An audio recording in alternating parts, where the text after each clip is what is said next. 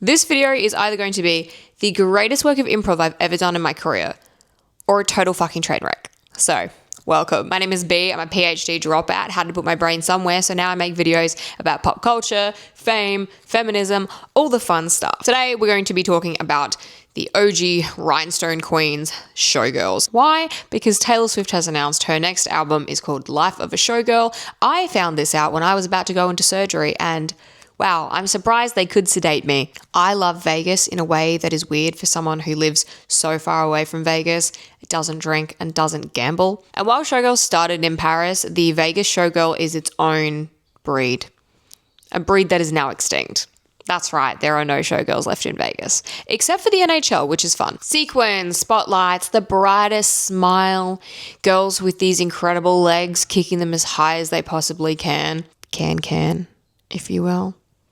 But behind this glamour is a story of ambition, artistry, and survival in the brightest and most unforgiving lights. And now Taylor Swift is bringing her back to center stage in Life of a Showgirl. The Showgirls' roots are back in Paris in the 1800s, the Moulin Rouge. They had these risque outfits. They kicked really hard doing the can-can.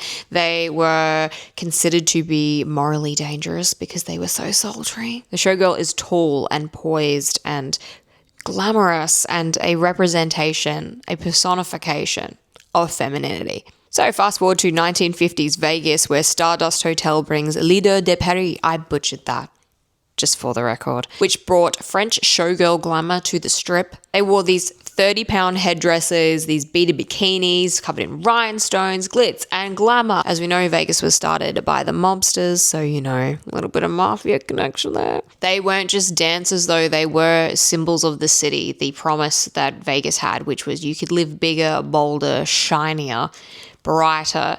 Everything sparkles in the desert. And she wasn't just part of the show, she was the show. On the 31st of July, 1981, Jubilee opened on the Strip. The initial cost of production was $10 million and it ran for 35 years. Its last show was in 2016. Jubilee was a revue, which is a type of theatrical performance that is like music, dances, sketches, really spectacular over the top sort of looks. They have exotic and erotic reviews. That's where the showgirl kind of came into her own in Vegas. Kind of like how burlesque is like an upper class version of strip clubs. Jubilee was the longest running show in Las Vegas and the showgirls were an icon of old Vegas. Also, these girls were so tall. Their short dancers were 5'8" and their tall dancers were 5'10" to 6'2". The old Vegas showgirls are such a good way to envision the life of fame. You have this glitz and glamour that you present to the public, the outward, and then the grueling rehearsals, the sore feet, the constant pressure of not being good enough, not being tall enough, not having your kicks high enough, or being pretty enough. The showgirl has always been about this duality of this flawless exterior masking the hard work and sacrifice that goes behind it. It is presenting something while hiding what it cost to get that something, which is why I think that Life of a Showgirl is going to be, while she says it's going to be upbeat, there is going to be elements of it that I feel are going to be a study of fame. So just a little tangent on the whole Vegas theme as well. Where did the Kansas City Chiefs win the Super Bowl the year that Taylor Swift and Travis Kelce started dating? Just a little food for thought. The Vegas showgirl image was born on the Strip, but definitely traveled all the way down the highway to Hollywood. Stars like Marilyn Monroe, Elizabeth Taylor. I will be talking about Marilyn Monroe in a future video where I talk about Playboy. Who's excited? I'm excited. That's the one I was writing when I decided to make this video. Every single pop star that you have seen wearing a sequin bodysuit is using the imagery of the Vegas showgirl. Every fan of feathers, every glittery headdress. And now we're going to talk about Britney Spears. What? In a Taylor Swift video? Crazy. Britney, to me, is the ultimate case study of the dark side of fame. There are a lot of parallels between Britney and Taylor Swift. I just think that Britney had the wrong people around her and she was in an earlier era that while it is still brutal to be a woman in the modern day, it was more accepted to be brutal to women in the way that they were to those pop stars. There's a book called Toxic by Sarah Didham, which is case studies of different celebrities in the noughties and how they were treated. Anyone from Britney Spears, Lindsay Lohan, Paris Hilton, the professional wrestler Chyna, and Amy Winehouse. So Britney Spears is not a classic showgirl. She doesn't have the feathers or a high kick, but she's the modern equivalent. One who blends pop stardom and the grueling reality of what it means to be a pop star into tiny little bubble, little glittery, little shiny thing. I think about 2007 Britney a lot. Shaving her head and attacking that guy with the umbrella. Valid. So 2013, which seems way too recent considering everything that's happened to Britney in the last decade, Britney opened Piece of Me residency, which Piece of Me is one of my favorite songs by her. But anyway, Piece of Me residency in Vegas. Residency is essentially concerts that are going to be in the same place for a period of time as agreed to by the performer. Vegas Showgirl was always more of a dancer, and Britney was definitely the more dancey type of pop star. We don't really have that as much. The closest we get now is like a Tate McRae, but someone get that girl a mic that goes on her face. This is not working for you. You are dancing and no one's hearing the singing, okay? Microphone.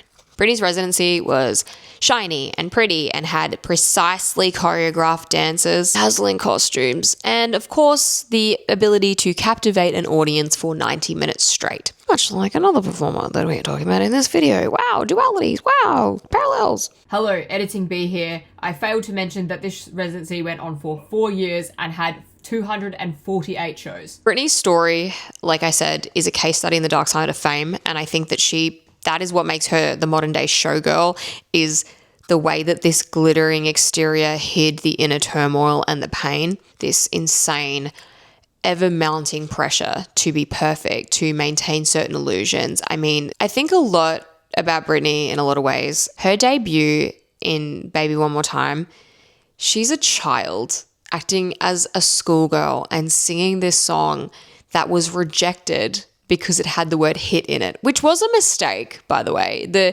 hit it was a miscommunication. It was supposed to be like, hit me up. It's not supposed to be like, hit you.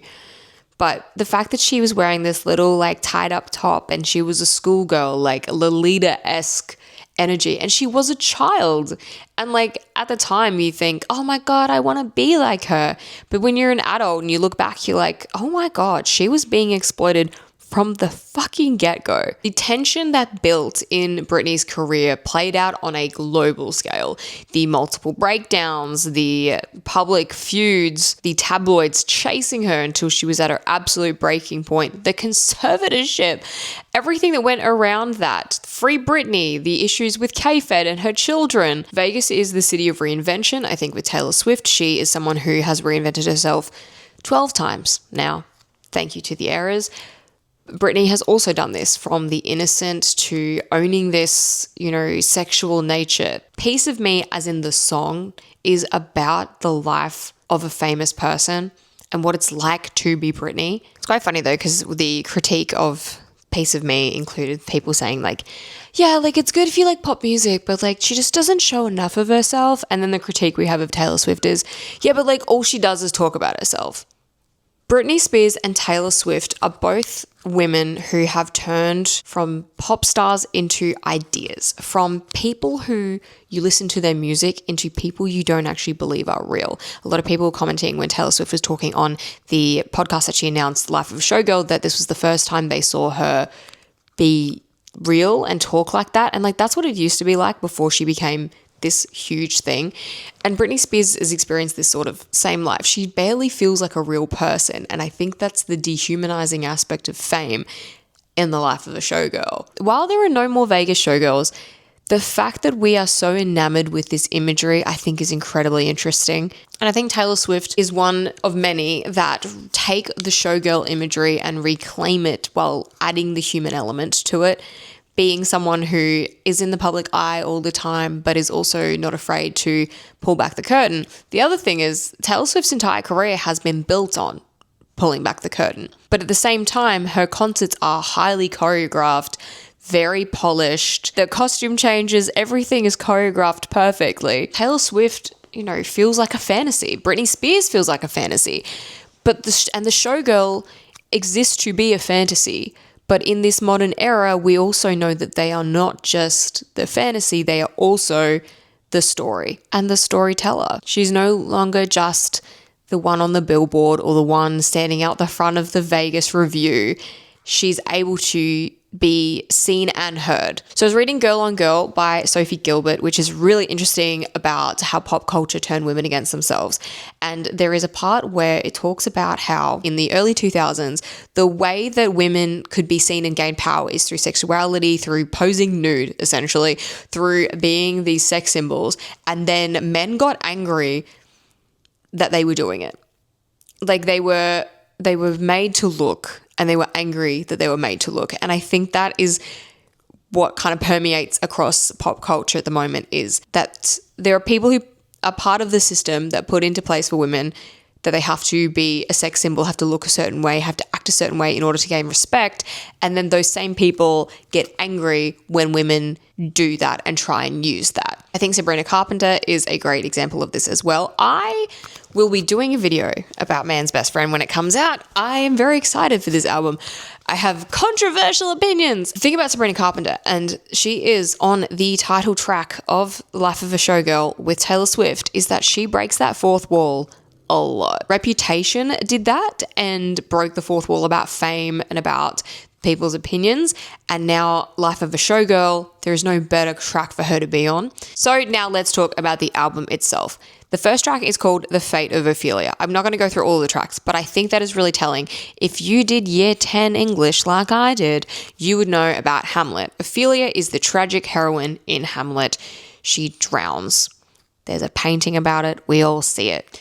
Taylor Swift is in a bathtub in the cover of The Life of a Showgirl. Now, she said on New Heights podcast that it was because she always ends the night in a bathtub, but I think it has dual meaning. Ophelia is driven mad by the actions of Hamlet, and, you know, who hasn't gone crazy because of men before? Another track is called Elizabeth Taylor. Elizabeth Taylor has been referenced before during Reputation. I think it's funny that we're not getting a Reputation re-record, but we're essentially getting Reputation updated.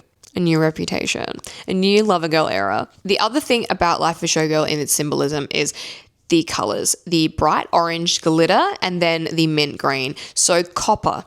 Copper is orange. So to me, I believe that it is copper. I believe that the copper color, which is what we are seeing when the pictures that we've seen so far of Taylor Swift, she's out on stage, the glittering, shining lights, the orange is the main color of this album.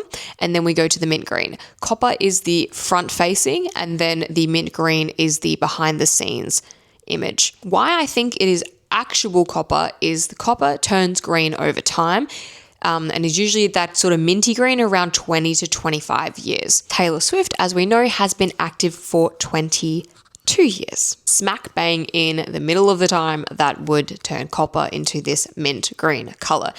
The Statue of Liberty originally was orange because it's made of copper. I think the duality with the orange and the green is exactly what the Showgirl is. It's the duality of the shiny and new, the ingenue, the one who is so spectacular and glamorous, and then the mint green is the darker side of fame. It is when the show ends, when the curtain closes, when they take off their makeup and remove those giant headpieces. I think Taylor Swift has become bigger than herself. She's more of an idea than a person, and becoming a showgirl is to become an idea, to become a fantasy.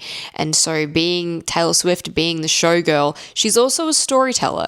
And to bring this back to what she's doing is showing the showgirl version of herself, but reminding us all that they are human. I think it is going to be a study of fame. I think it is going to be upbeat, but also heartbreaking. And I think it is going to be a mirror that reflects every woman, pop star or not, who's had to sparkle in a way that feels unnatural, and even when the curtain's closed and the show is done. Thank you so much for watching. If you like this video and you want to see more, please subscribe, give it a like, chuck me a comment as long as it's a nice one, and I will see you in the next video, which is better researched, more in depth, and smarter takes on even dumber things. Bye!